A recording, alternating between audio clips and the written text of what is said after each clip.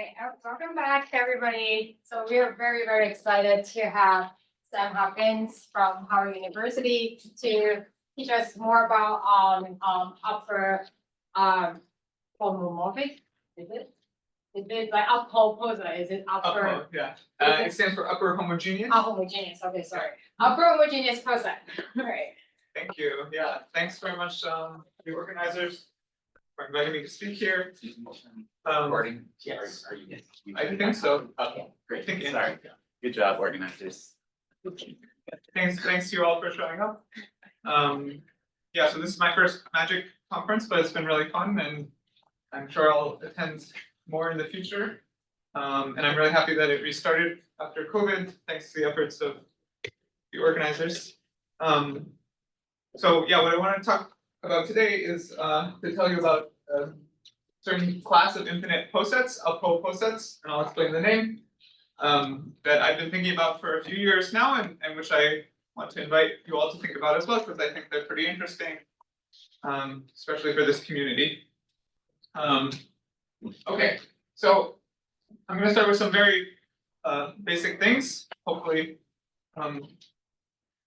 these will be familiar, but I think it's always good to review the basics. So what am I working with today? Well, partially ordered sets or posets. So that's a set with a partial order satisfying the usual axioms of reflexivity, anti-symmetry, and transitivity. And I'm always going to draw posets by their Hasse diagrams. So in the Hasse diagram of a poset, the edges correspond to the cover relations. So x covers y if x is less than y, but there's nothing in between, right? There's no z with x less than z and z less than y. We draw, x below y if x is less than y. So the normal pictures to represent finite posets. And maybe a little bit different than a normal talk in algebraic and numerator combinatorics, I'm going to consider both finite and infinite posets. But all posets will be at least locally finite, meaning that all intervals, so the interval from x to y is the collection of all things in between x and y, and those will always be finite, which means that the posets will be authentically represented by their Hasse diagrams. So the cover relation determines the partial order. And also I'm going to use this convention that when I'm talking about an infinite poset, I'll write it with a script or a calligraphic letter, and I'll use kind of normal letters for finite posets. That'll help distinguish, because we're going to be considering both a lot.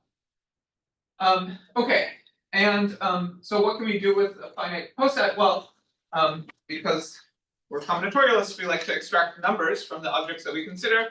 So we try to associate a sequence of numbers to our poset, and particularly in the case when the poset is graded, we can do that. So what does it mean for a poset to be graded? Well, maybe this picture makes it more clear than the definition here. It means that we can break our poset up into ranks, starting at rank 0, rank 1, etc., up to rank n, so that the cover relations are always between things of rank I and I plus 1. So the edges in the Hasse diagram always go between adjacent ranks. And given a graded poset like this, we can form what's called the rank generating polynomial of the poset. So this is all for finite posets. So it's a generating function over all elements in the poset of x to the rank of the element of p, which is which slice here it belongs to. Because the poset is finite, this is a finite sum, so it's just a polynomial. So for example, for this 4-element poset, we have one thing at rank 0, two things at rank 1, so there's a 2 in front of the coefficient of x, and one thing at rank 2, so there's a coefficient of 1 in front of x squared. So this is the polynomial 1 plus 2x plus x squared, which happens to factorize as 1 plus x squared. So this is the rank generating polynomial of this poset. There's another sequence of numbers that I can extract from the poset, the graded poset, which is a little bit, just slightly more sophisticated. And those are the coefficients of the characteristic polynomial. So what is the characteristic polynomial? It's almost the same thing as a rank generating polynomial. I again sum over all elements of my poset x to the rank of the element p, but I have a certain weight here, mu 0p, where this mu is the Mobius function of my poset p. And I'm going to tell you on the next slide what the Mobius function is. So if you haven't seen it, that's fine. But the point is I have sort of two polynomials that are associated to any finite graded poset that carry interesting information about the poset. For the experts in the room, so you might notice that here, instead of x to the co-rank, I'm doing x to the rank of the poset, so it's technically the reciprocal characteristic polynomial, slightly different maybe than the one you're used to working with. You'll see why in a second I want to do this. Okay, but don't worry too much about that. They're basically the same thing. Okay, so what is the Mobius function? Well, the simplest definition of the Mobius function, the most elementary definition, is this kind of recursive one here. So it's a function from pairs of elements x, y in the poset with x less than or equal to y. And it's defined recursively by setting mu x equal 1 for all x in my poset. And then if x is strictly less than y, I define mu xy to be negative the sum of these kind of Mobius functions below in the interval. So again, it's probably easiest if I show an example. So here I'm computing the Mobius function from the minimum to my given element p in all of these cases. And how do I do that? Well, I start at the bottom here. I know that mu 0, 0 is 1, so I put a plus 1 here. And then for anything above the minimum, I choose the number here to be such that the sum of it with everything below is 0, right? So this is a -1 in order to cancel with the 1 there, so the sum of everything less than or equal to this particular p is 0. Similarly here, I have to choose -1 so that the sum with 1 is 0. And the top element, the maximum 1, has Mobius function value 1, because if I sum everything below, -1, 1, I get -1, and I need a 1 to cancel that. Okay, so this is in practice how you can compute the Mobius function for a poset kind of recursively from the bottom to the top. And then, like I defined here, the characteristic polynomial just records these coefficients together with the rank of the elements. So for example, for this poset, we had a Mobius function value 1 for the minimum, so there's a 1 in front of the x to the 0. If I look at everything at rank 1, the total sum of Mobius function values there is -2, so there's a -2 in front of the coefficient of x, and in front of every the x squared coefficient, I have a 1 because the sum of the Mobius function values of everything at rank 2 is 1. So this characteristic polynomial is 1 minus 2x plus x squared, which again factorizes as 1 minus x squared. Okay, so this was the definition of Mobius function that's kind of easiest to work with in practice. But the reason that the Mobius function is significant is because of its connection to other areas of math. So there's kind of a topological definition of the Mobius function. It's the Euler characteristic of the order complex of the interval between x and y. There's an algebraic interpretation of the Mobius function. So in the incidence algebra of the poset, the Mobius function is the inverse of the zeta function, which is the kind of constantly equal to 1 function. So that's kind of the algebraic significance of the Mobius function. And maybe the one that's most important for me is the combinatorial significance of the Mobius function, which is the Mobius inversion formula. So this says that if I have two functions f and y, f and g on my poset that are related in this way, so that f of x is the sum over all y greater than or equal to x of g of y, then I can invert the relationship between x and y using the Mobius function to say that also g of x is almost the same thing, almost the sum over all y greater than or equal to x of f of y, except I have to weight by the corresponding Mobius function value. So Mobius inversion is a version of the principle of inclusion-exclusion that applies to any poset, basically. Any questions about this? Okay, so let me show you some examples of important finite posets, graded posets, and their rank and characteristic polynomials. So the first example we have seen, which is the Boolean lattice of subsets of an n-element set. So that I'm going to denote that by Bn, ordered by inclusion. So the case B2 is again the 4-element poset that we've seen. And what are the rank generating polynomials and characteristic polynomials of Boolean lattices? Well, the number of things at rank k in the Boolean lattice Bnk is just the number of k-element subsets. So n choose k are the coefficients. And of course, this sum, again, factorizes as just 1 plus x to the n. Similarly, if we look at the characteristic polynomial, the Mobius function values are all plus or minus 1, depending on the rank. That's because this poset is Eulerian. And so the coefficients of the characteristic polynomial are signed versions of the binomial coefficients, and this polynomial becomes 1 minus x again. Okay, a slightly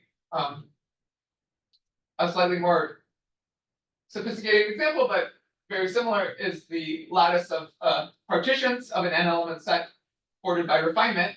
So here I'm depicting pi3. That means this lattice of set partitions of a 3-element set, where one partition is less than the other if every block in this partition is a subset of some block in the higher partition. So that's refinement order. So this pi3 has 5 elements, and I depict the Mobius function values here, which you can check again by that kind of recursive procedure that I explained. And what are the coefficients of the rank generating polynomial and characteristic polynomial of the partition lattices? Well, essentially by definition, the coefficients of the rank generating polynomial are the Stirling numbers of the second kind. They tell us how many partitions of an n-element set into a given number of blocks are there. There's this sort of n minus k factor here having to do with the fact that the partition that has the most blocks, n minus 1, or sorry, n blocks, is the minimum element in pi n. Okay, but it's just the generating function of the Stirling numbers of the second kind. And similarly, this is harder to see. I mean, I'll explain why maybe later, but the characteristic polynomial, its coefficients are actually the Stirling numbers of the first kind, the signed Stirling numbers of the first kind. So they have plus and minuses. And that generating function, I mean, that polynomial factorizes nicely in this way: product I equals 1 to n minus 1 of 1 minus I times x. So 1 minus x, 1 minus 2x, dot, dot, dot. Okay, so here's kind of the philosophy. There's 2 ways of thinking about it. Either we have some nice posets, maybe lattices, graded posets, and we want to understand their rank and characteristic polynomials. What are the sequences of numbers we get? That's one way of looking at it. Or another way of looking at it is we have some sequences of numbers that we like the binomial coefficients or the Stirling numbers, and we're interested in giving more structure to those numbers by finding posets, reasonable posets, of which they are the coefficients of the rank and characteristic polynomials. Okay, all good so far? So let's continue, and now what I'm going to do maybe is slightly less familiar, which is I'm going to try to do the same thing but for infinite posets. And these infinite posets are not going to be super infinite. They're going to be modeled on the natural numbers, so they'll be still sort of tractable to generating function techniques. So let's say that an infinite poset P is n graded, where here n stands for the natural numbers. If, again, we can kind of break it up into ranks so that the maximal chains are all of the form one element followed by another element at the next rank, and so on. Okay? I'll give an example in just a second, but let me just point out that I'm going to define the rank generating functions and the characteristic generating functions in exactly the same way for these infinite posets as I did for the finite ones, where the rank generating function is just the sum over all elements of the poset x to the rank of the element, and the characteristic generating function is the same thing, but where I weight by the Mobius function. And in order for these sums to make sense as formal power series, I'm going to need to make another assumption about my infinite poset, which is that there are only finitely many things at each rank, right? So there's finitely many things of rank 0, finitely many things of rank 1. The poset itself is infinite because it extends forever, but there are finitely many things at each rank. So again, these sums make sense as formal power series. So let's see some examples. Here's a simple example, which is n squared. So the Cartesian product of the natural numbers with itself, with just the usual coordinate-wise partial order. So there are one element at rank 0, 2 elements at rank 1, 3 elements at rank 2, and so on. So there are n plus 1 elements at each rank from 0 to infinity. So the rank generating function of my poset n squared is this, sum n greater than or equal to 0, n plus 1 times x to the n. And it's a nice little exercise to show that that actually can be written in this way as 1 over 1 minus x squared. How about the characteristic generating function? Well, in order to figure out what that is, I need to compute all the Mobius functions in my poset. And I'm always evaluating the Mobius function from the bottom to any given element, right? So what we notice is that the first couple values of the Mobius function are non-zero, like, from 0 to 0 is 1, from 0 to this atom here, this element covering the minimum is -1, -1, and 1. This picture kind of looks similar to the rank 2 Boolean lattice that we saw before. But then once I get high enough in my poset, all the Mobius function values become 0. So that this sum, which a priori is infinite, right? It could be a formal power series, is actually in this case not a power series, it's just a polynomial. It's the same one that we saw before, 1 minus 2x plus x squared, so 1 minus x squared. Everyone comfortable with how I computed those two power series generating functions?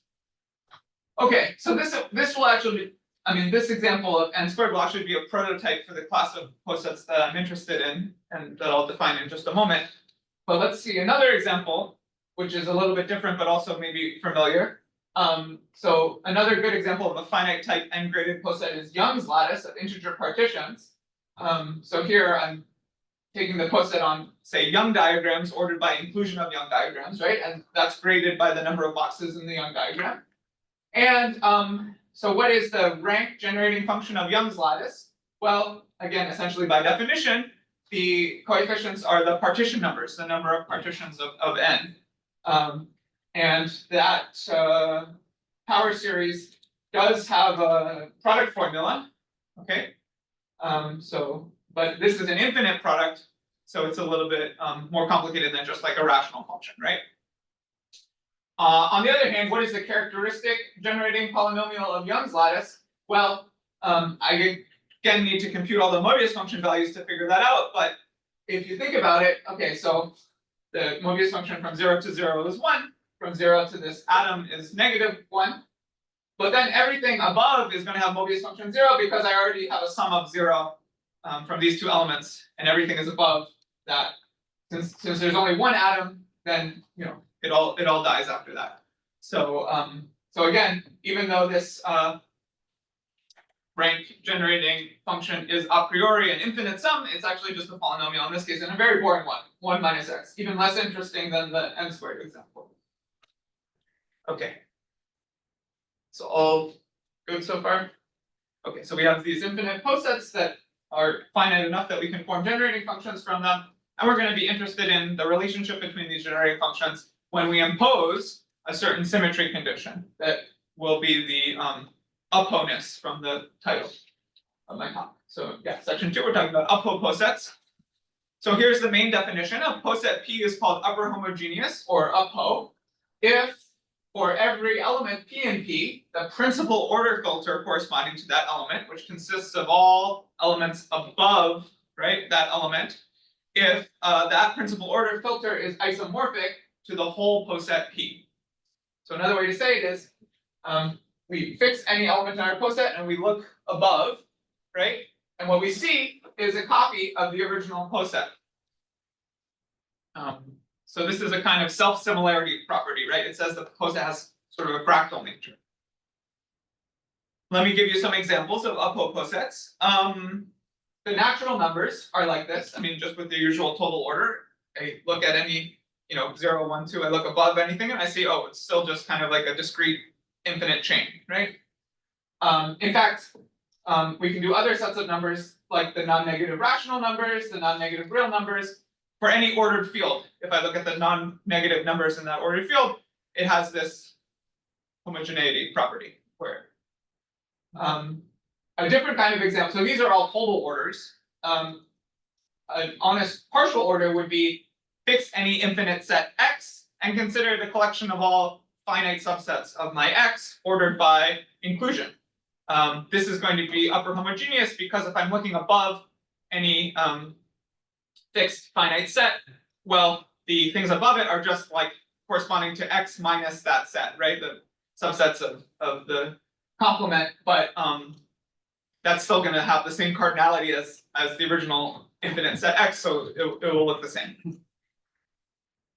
However, the examples that I just mentioned are pretty infinite in nature and kind of beyond what I really want to consider in this talk, because we want to do enumerative combinatorics, algebraic combinatorics. So I'm going to restrict to considering only finite type n-graded posets from now on. So these upper homogeneous posets are always infinite, right? Because as long as they're sort of not trivial, they have at least 2 elements in them. They're going to have to be infinite to have this fractal property. But we can ensure that they're not too infinite by imposing this condition of finite type n-gradedness. Okay, so of these examples, the only one that's finite type n-graded is the natural numbers n. Now it happens to be that the Cartesian product of 2 Upho posets remains Upho. So a good source of examples, even just starting from the natural numbers n, is take the product of n with itself, a finite number n times. So n squared, the example we saw before, has this property where I look up from any element, I see another copy of n squared. Okay. Does this definition make sense? Again, it's a kind of symmetry condition on the posets. So where did this come from? So these posets were introduced a few years ago by Richard Stanley in kind of a different context than what I'm going to be talking about, but let me just mention that for context. So why was Stanley interested in these posets? Well, let's take that our prototypical example n squared, right? In this picture, I've written not the Mobius function values, but the counts of the number of saturated chains from the minimum to each element. So there's one chain from 0 to itself, there's 2 chains to this element, you go this way or this way, there's 3 chains to this element, and so on. Okay, and what do we get when we write these chain counts in n squared? It's Pascal's triangle of binomial coefficients. So Richard Stanley was interested in these fractal Upho posets because he was looking at other Upho posets which are still planar, like n squared, and these maximal saturated chain counts for these other kinds of posets. So here's one called the Stern poset, here's one called the Fibonacci poset. They all have this self-similarity property, and by looking at these kind of counts of how many saturated chains there are to each element from the minimum, we get analogs of Pascal's triangle that behave similarly in some respects to Pascal's triangle and differently in other respects, so that was what he was interested in. But again, all these examples are planar in the sense that the Hasse diagram is planar, that we don't have edges crossing in the Hasse diagram. And the planar Upho posets, they're not too complicated. General Upho posets that I'm going to talk about can be very complicated. So that's just the context in which these arose. I'm not going to talk more about chain counts, but that's another interesting question. Okay, let's see some examples of Upho posets and their rank generating functions. So here is a nice example to have in mind. So this is like the binary tree poset.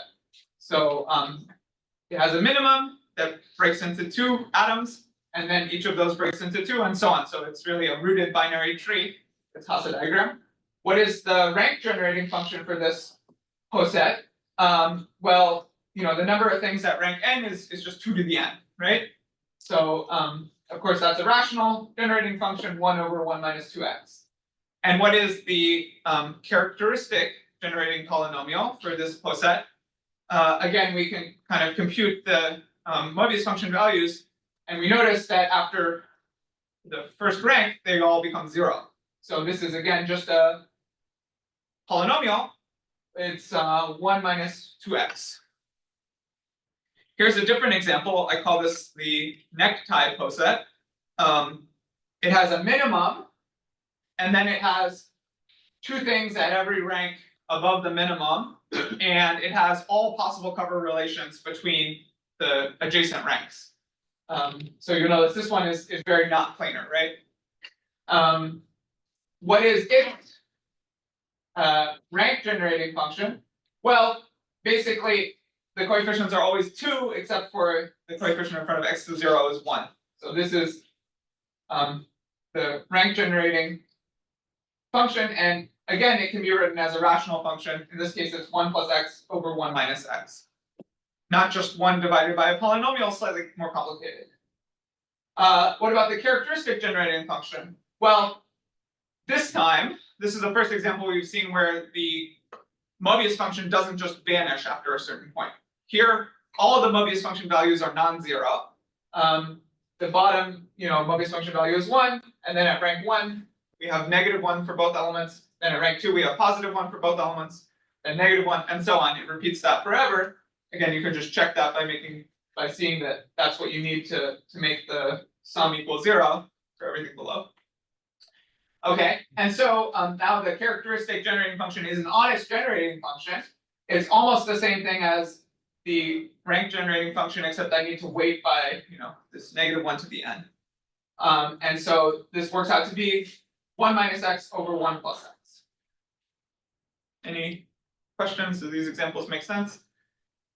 And so something I'll mention is that, okay, so I've used this word already. So an atom is an element that covers the minimum. So all of these posets have a unique minimum, that's the 0 hat, and then they have a certain finite number of atoms. Usually I use R to denote the number of atoms. There are obvious generalizations of this example to any number of atoms. This is like 2 atoms, but I could do a trinary tree, and similarly here I could do 3 things forever. Okay, and the same, well, you can think about what do I need to change in these formulas, but they basically are the same formulas. Question, yeah. Yeah, just noticing they're reciprocal to one another. Okay, yeah, so this is the point at the top where I would tell you to guess the theorem here. We've seen maybe enough examples, so that's a really good observation. Like, what is the relationship between f and chi in both of these examples? And also, even if we go back to this example, right, which was also an Upho poset, yeah, so they're reciprocals of one another. And so that's kind of the first theorem, and maybe the first thing that's really interesting about these Upho posets. So the rank generating function is the reciprocal of the characteristic generating function. This was something I noticed that got me originally interested in this this class of posets. And this is not like a super deep theorem, okay? It's pretty dangerous to include a proof in a talk, right, in your slides.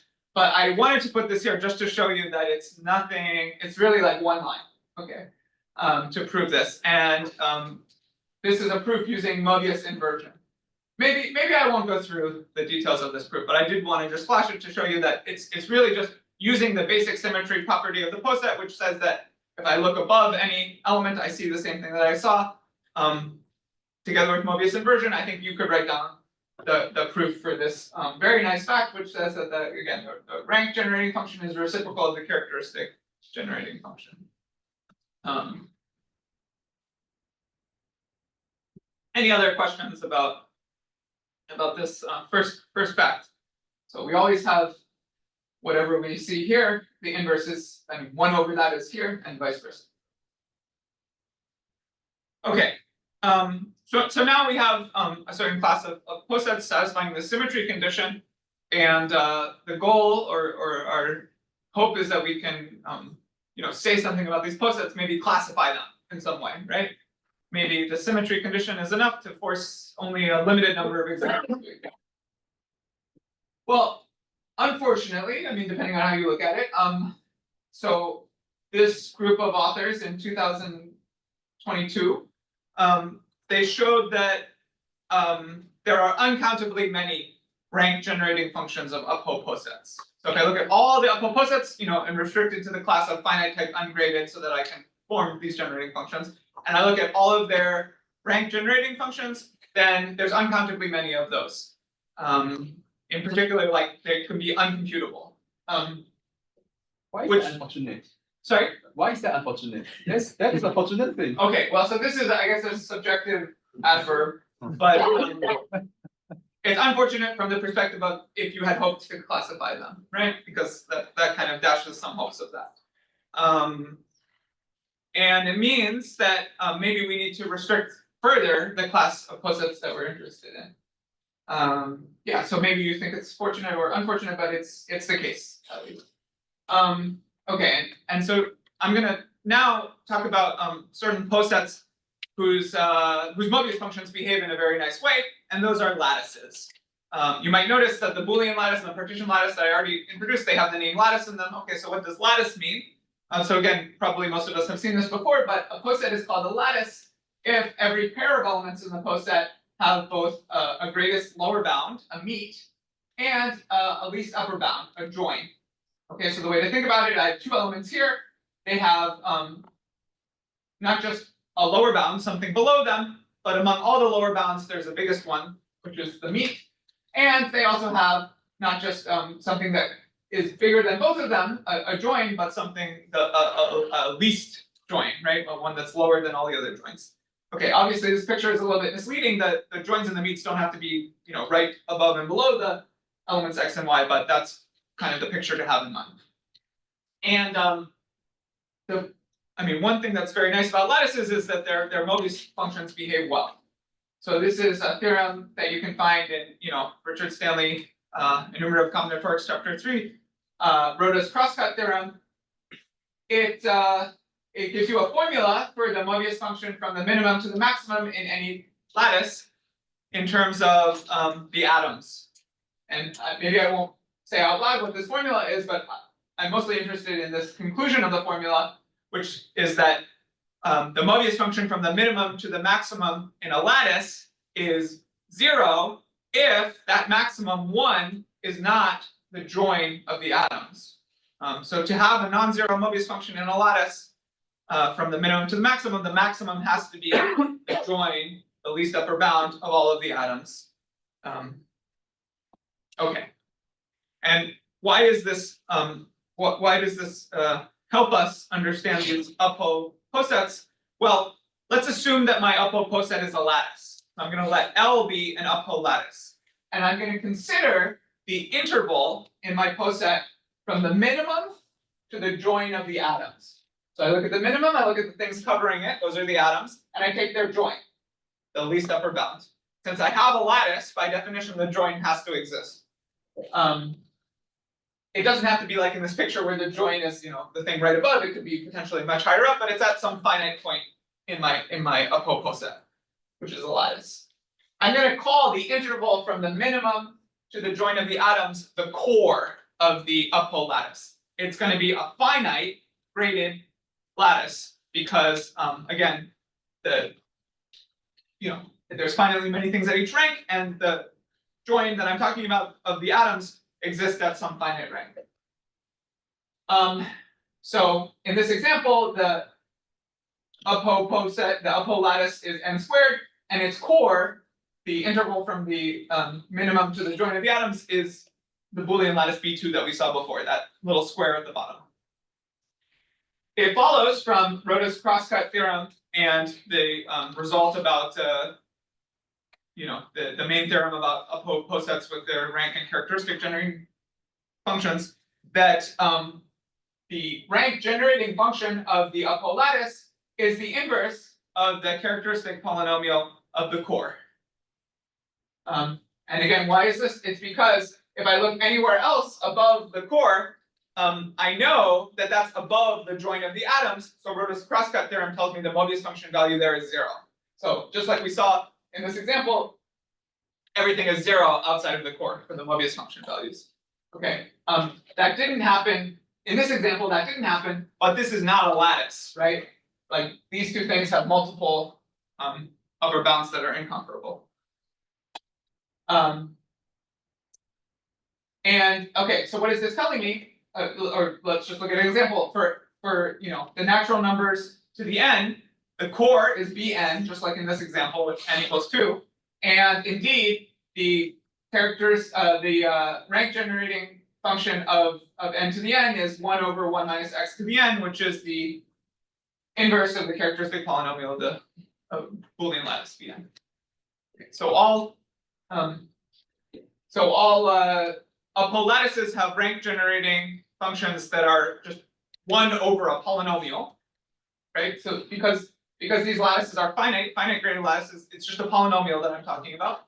And that in particular implies there are countably many, okay, because the polynomial has integer coefficients, right? So these, unlike general Upho posets, which there were uncountably many rank generating functions of them, for Upho lattices, this shows that there are only finitely many. So we maybe have a better hope of classifying Upho lattices. And in particular, this tells us the core is like an important piece that determines something about the Upho lattice. It tells us how the Upho lattice grows. Okay, the core doesn't completely determine the Upho lattice.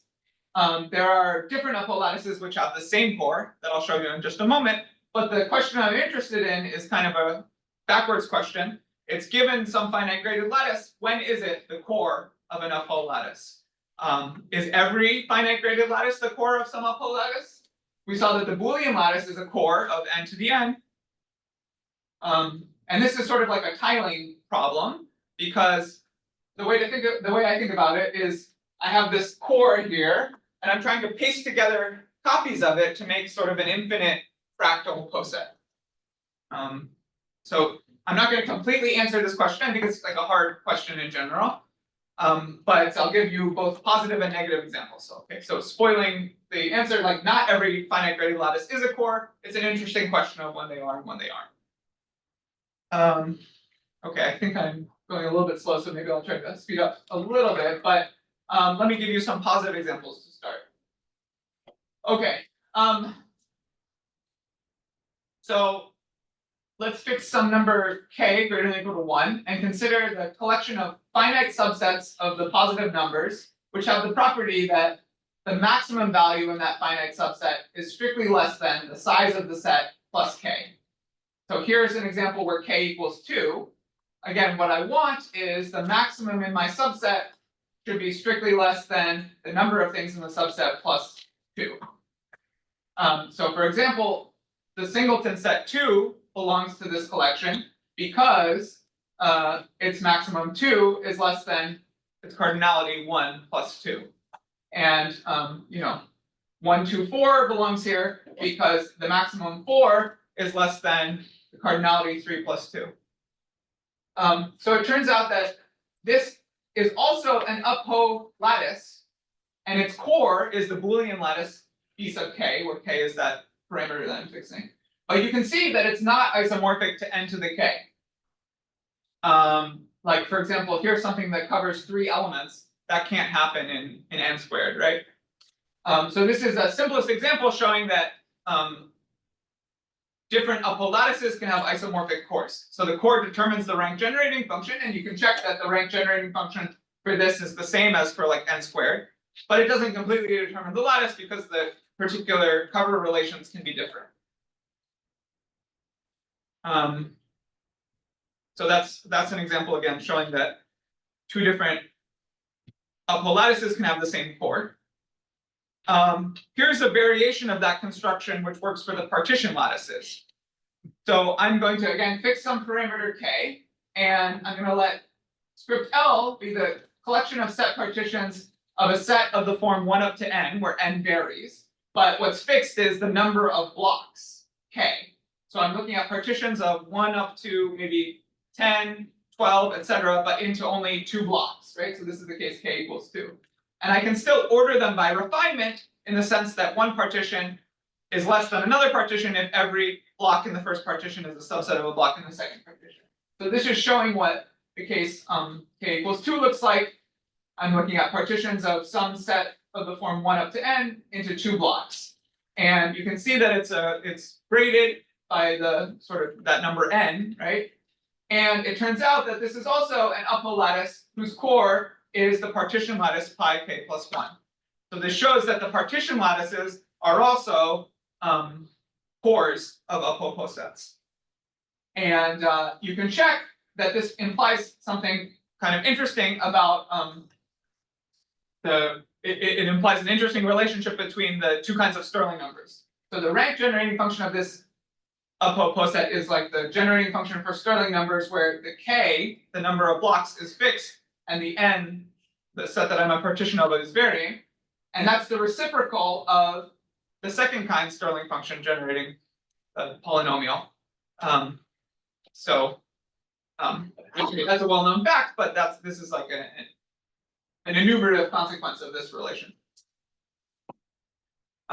So those two particular examples that I just mentioned with the Boolean lattices and the partition lattices are special cases of a more general construction that I came up with, which works for any uniform sequence of supersolvable geometric lattices. So I don't want to define what these terms are, but think of them as a sequence of finite graded lattices where the ranks are going up to infinity and they're embedded in each other in a nice symmetric way, like the Boolean lattices are embedded in one another and the partition lattices are embedded in one another. We can form their rank and characteristic generating polynomials, and we can extract those coefficients, and those coefficients are called the Whitney numbers of the sequence of geometric lattices. And some results of Dowling and Stanley from the 70s imply that these coefficients have very nice behavior.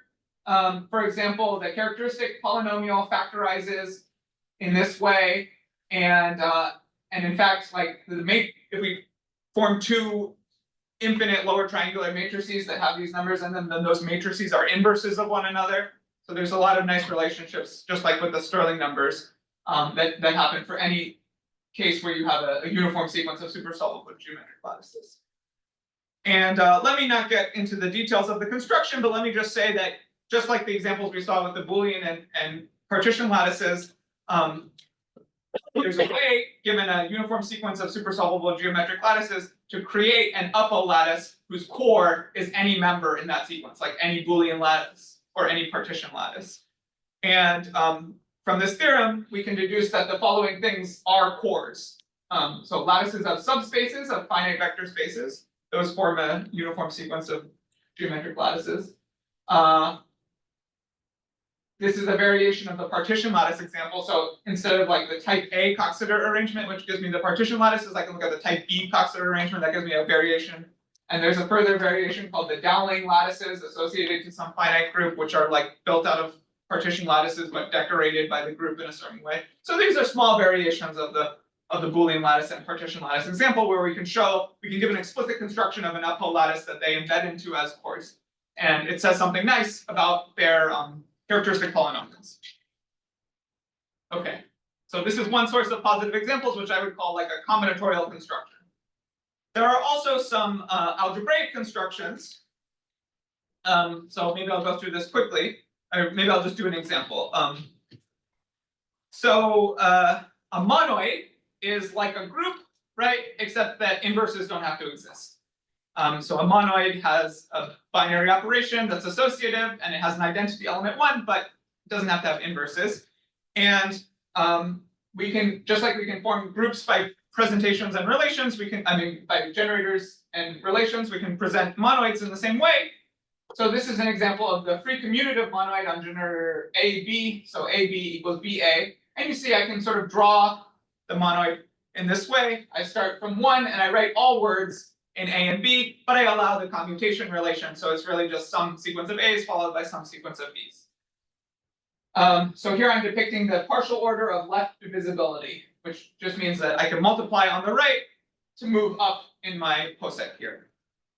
And okay, so here's a result from those authors, Yibo Gao and others, from that 2002 paper. They pointed out that if we have a monoid which is left cancellative, so that's a certain property of monoids that's pretty well studied.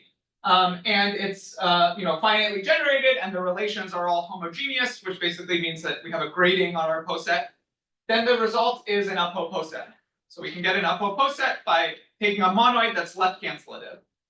If in addition, every pair of elements has a least upper bound, least common right multiple, then it's an Upho lattice. And this lets us produce some examples of Upho lattices from monoids. So this is, one particular example. A, B, C are the generators, and it has certain relations. AB equals BC equals CA. Produces this nice symmetric picture, which happens to be an Upho lattice. Again, for reasons of time, maybe I won't go through the source of these, but let me just say, if you like Coxeter groups, then finite Coxeter groups give you a good source of these kind of left cancellative monoids that have also the lattice property, because every finite Coxeter group has an associated braid group, and those braid groups have braid monoids, which are like sort of the positive part of the braid group. And those braid monoids have a special property called the Garside property. They are Garside monoids. This is a well-studied area in algebra. The Garside property is enough to imply all of these conditions so that whenever you have a Garside monoid, you get an upper homogeneous lattice just like this. So the first kind of class of examples I showed were like combinatorial constructions, and these are more algebraic. They're both useful for producing examples of Upho lattices, in particular showing that certain finite graded lattices are cores of Upho lattices. So the construction that I just mentioned with Coxeter groups shows that the weak order of any Coxeter group, which is maybe a lattice you know about, that is the core of some Upho lattice. Similarly, the non-crossing partition lattice of any finite Coxeter group. Okay, in the last remaining part, I want to talk about non-examples. So how can we show that something is not the core of an Upho lattice? Well, here's a lemma which, from what we've said so far, should be obvious, but let's look at the characteristic polynomial of our finite lattice L. Let's look at its reciprocal as a formal power series. The coefficients of that reciprocal better all be positive, right? If we have any negative coefficients in the reciprocal, there's no way that my finite graded lattice L could be a core, because this thing is supposed to be the rank generating function of my Upho lattice. So this already gives you an easy way to show that certain lattices are not cores if they have negative coefficients when I take the reciprocal of their characteristic polynomial. There are other kind of obstructions. So yeah, I'm not going to go through this, but this is sort of a more structural obstruction, which also shows that a finite graded lattice has to be sort of partly self-similar already in order to possibly fit into an infinite self-similar structure. So there's more kind of obstructions we can cook up, but already just the kind of restrictions on the characteristic generating polynomial tell you that certain things can't be cores. Let's see an example. Okay, associated to any convex polytope, I have something called the face lattice, which is just the lattice of faces ordered by inclusion. So this is showing the, square pyramid. This is its face lattice. And, they have a, their characteristic polynomials are well studied, their Mobius function values are well understood. In the case of a simplex, the face lattice is the Boolean lattice, which we saw as a core. So it's reasonable to ask for other polytopes, are their face lattices cores of Upho lattices? If we take the octahedron and we look at its characteristic polynomial of its face lattice, it's, just type this into Sage, and it will tell you that the characteristic polynomial is this: 1 minus 6x plus 12x squared minus 8x cubed plus x to the 4th. If you again type into Sage what's the reciprocal of that as a formal power series, you can look at the coefficient of x to the 13 and see that it's some big negative number. So that shows you that the face lattice of the octahedron cannot be the core of any Upho poset.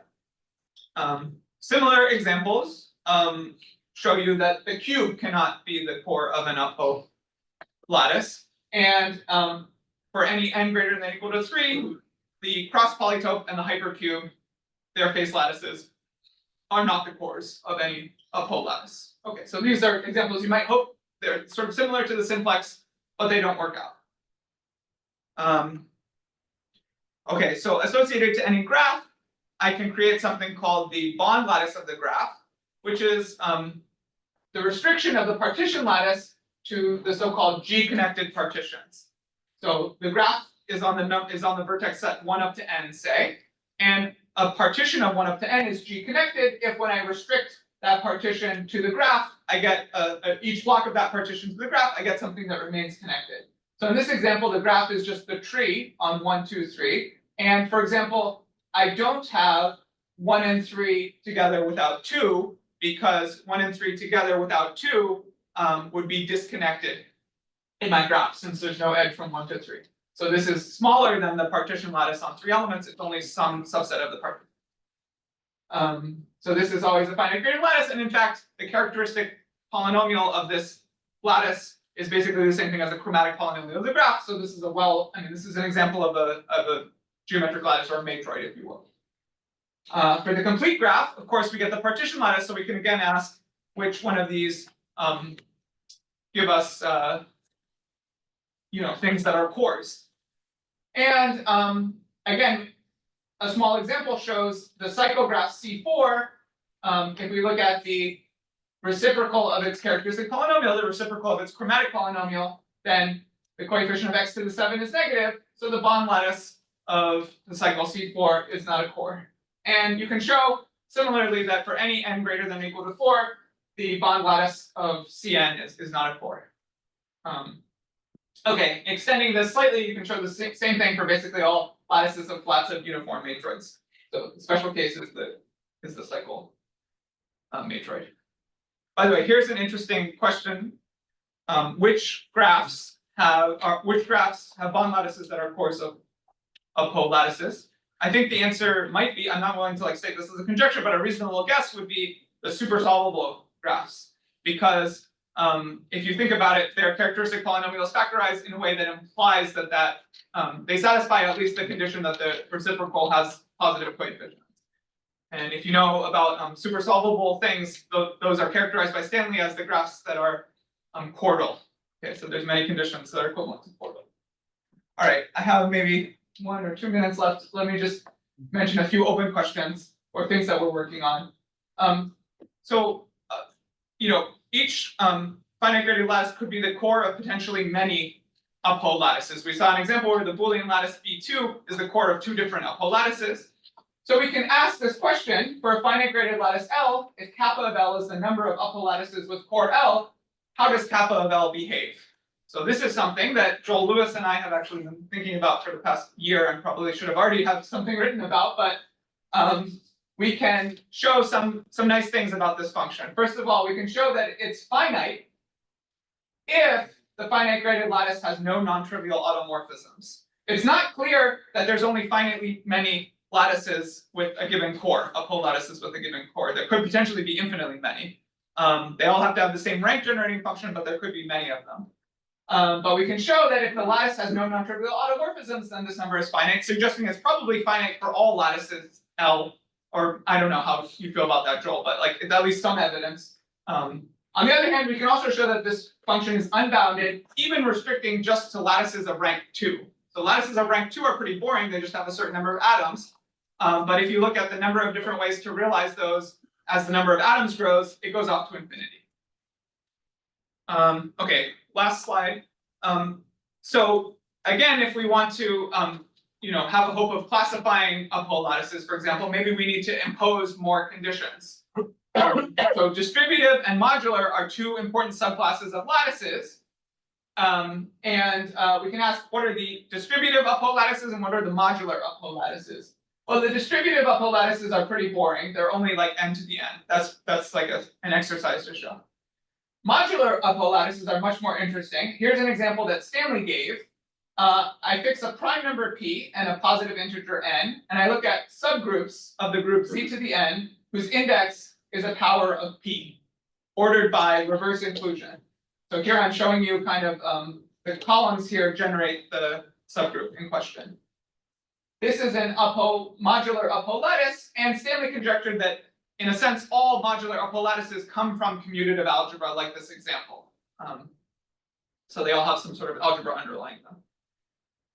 Okay, and that's, again, an open conjecture, which I think is interesting. I don't really have a lot of ideas about how to prove, but could be a fruitful source of investigation. All right, I'm gonna stop here. Thank you.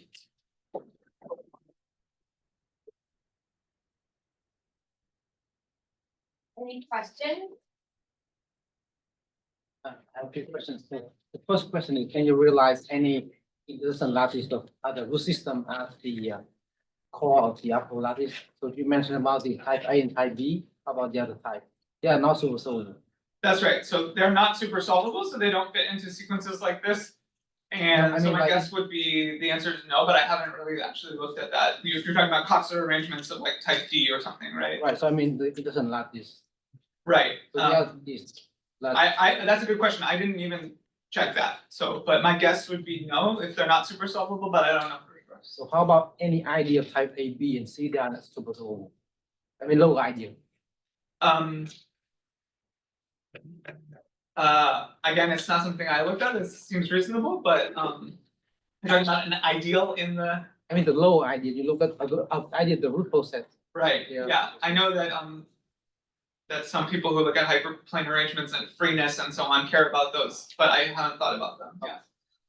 Good question, yeah. Do we have any examples of things that are not cores that the inverse of the characters thing is actually positive? Yeah, I was kind of sweeping that under the rug. What happens here is if n is even, then you get some negative coefficients, but if n is odd, like for the 5 cycle, this doesn't work. You get all positive coefficients, but there's like a little bit, this other lemma that I said was sort of structural still applies in that case, and you can show that it's, yeah, so it's definitely not like an if and only if here, but it's like an easy thing to check. Yeah, that's a good question. So the last slide talks about these distributive Upho lattices. Is that the same question as if you want to find the distributive lattices that appear as cores or related somehow? Well, the distributive case is very simple. The answer is only n to the n are Upho lattices. The cores of those are the Boolean lattices. The fact that all finite graded, I mean, what can I say? Finite distributive lattices where one is the join of the atoms are just the Boolean lattices, and then that as well as a simple exercise. Maybe the more interesting case is modular. Okay, finite modular lattices where one is the join of the atoms, or I mean, there's many conditions. Complemented is equivalent. Those are the same as projective geometries. This is like a result of Birkhoff, maybe Veblen. So for example, in rank 3, we have the projective planes. Projective planes are kind of unclassifiable, right? So that's sort of hopeless. But in rank greater than 3, it's only projective geometries are like subspace lattices. So this, you can already say that the only things that appear as cores are like the subspace lattices and maybe projective planes, which could be more complicated. The question I was wondering about is, what if you ask what distributive lattices can appear as cores?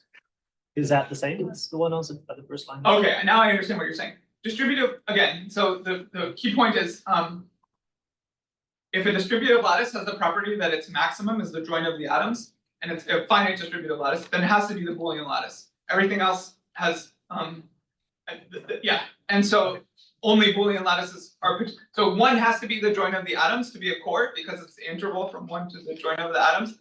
And so, yeah, so it's easy to see the Boolean lattices are the only distributive lattices. And yeah, that can be, and I think what I said about modular is true as well. Those are the ones that are like subspace lattices are the only possible ones. Yeah. So how about the truncation of these Upho lattices? Like, you look at this, the N2 case, you have like truncation, like slant truncation, you have another thing to isomorphic to that. It seems like you can work with the smaller little range. Are you talking about like this picture, for example? Yeah, for that one, or maybe N2 somehow, NR, N2, to take the truncation, like slant truncation, you get almost the same thing. I don't know what you mean by truncation, but I think it's basically this construction is a kind of truncation. Okay. So for example, I said that if you fix, like, let's fix a countable infinite set and look at all finite subsets. That's going to be an Upho lattice, except it's going to have infinitely many atoms.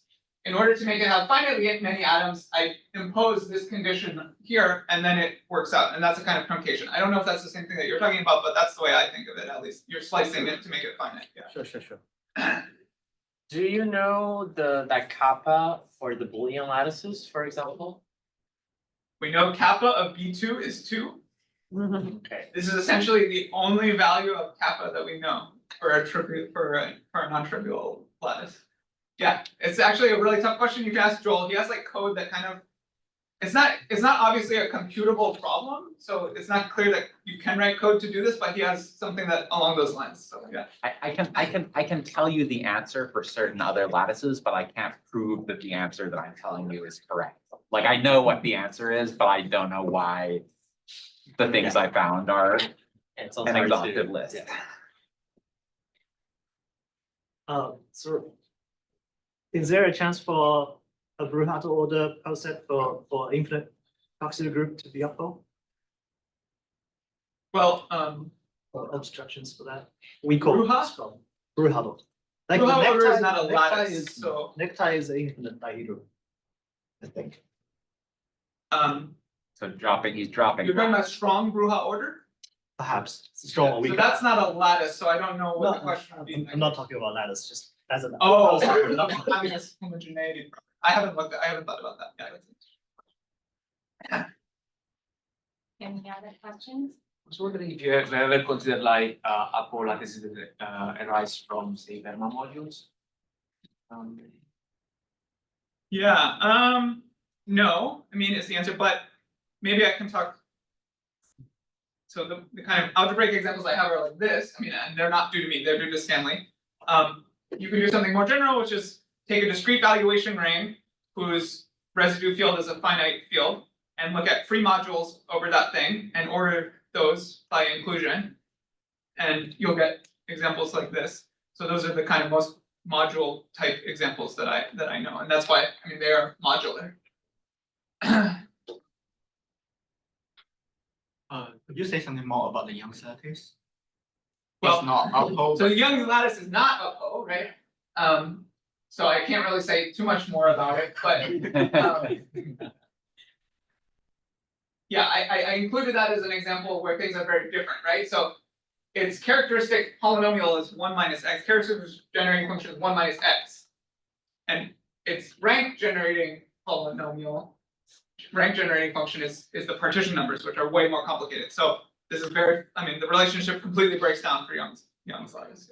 Yeah. Any other questions? Any questions from the online participants? All right, if not, let's thank the speaker again.